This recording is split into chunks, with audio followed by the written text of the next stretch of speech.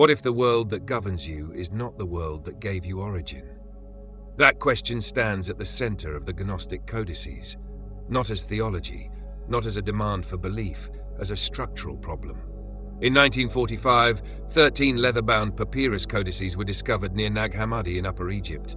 Written in Coptic during the 4th century, they preserved material composed much earlier, most likely in Greek during the 2nd and 3rd centuries.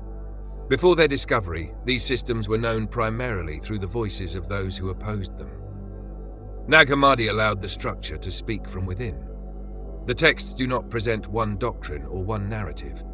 The Apocryphon of John, the Gospel of Thomas, the Gospel of Truth, the Hypostasis of the Archons, and other writings differ in form, language, and emphasis.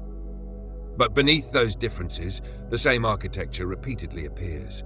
At the highest level is an originating common source, ungenerated, self-sufficient, immeasurable, and beyond the conditions of the material world. This source is not the strongest god inside a hierarchy.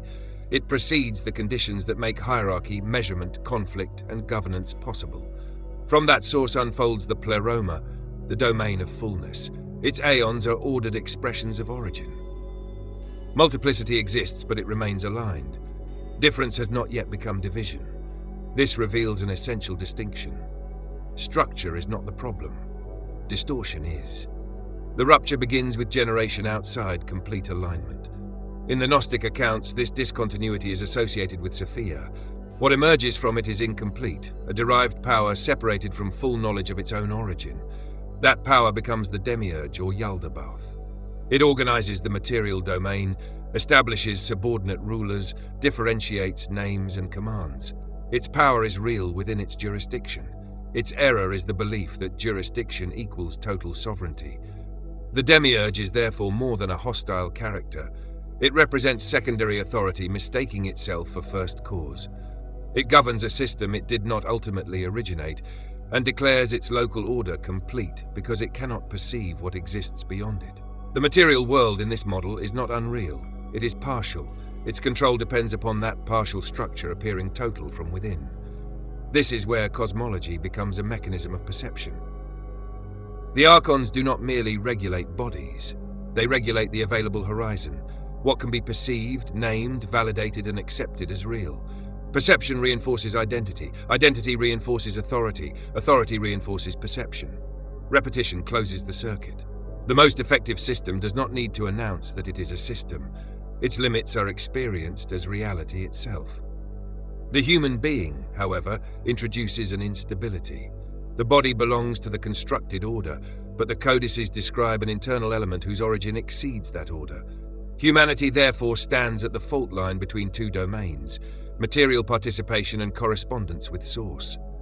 The system can regulate what it produces. It cannot completely absorb what did not originate from it.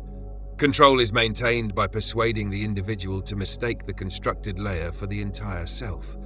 This is why Gnosis does not mean collecting secret information. Information can be added without changing identity. Gnosis is recognition.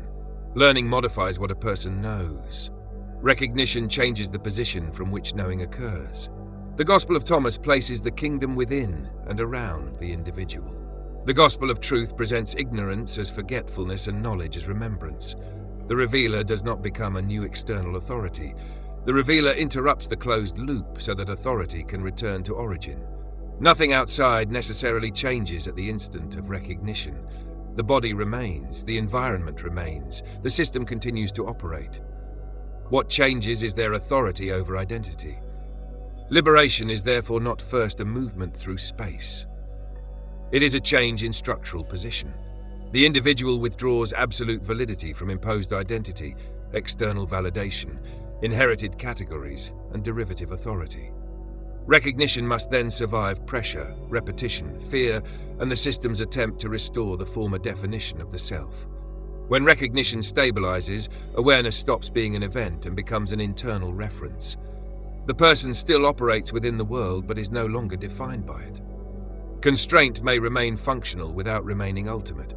This is the Gnostic exit, not the destruction of the system, but the end of identification with it. Not conquest, but non-correspondence. not blind opposition to authority, but the accurate classification of its limits. At the terminal stage, derived power is revealed as local rather than absolute. The material system may persist, but persistence is not proof of completeness. Alignment determines position. What corresponds to origin returns toward origin. What belongs to the constructed order remains within its own conditions. The codices therefore operate as more than ancient religious documents. Read structurally, they present a complete model: source, emanation, rupture, derivative authority, material construction, perceptual control, divided human identity, recognition, detachment, and realignment. The system does not depend on belief. Belief does not activate it, and disbelief does not deactivate it.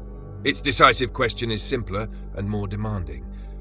What defines you, the structure that contains you, or the origin within you that the structure cannot produce? The link to the book is in the description below.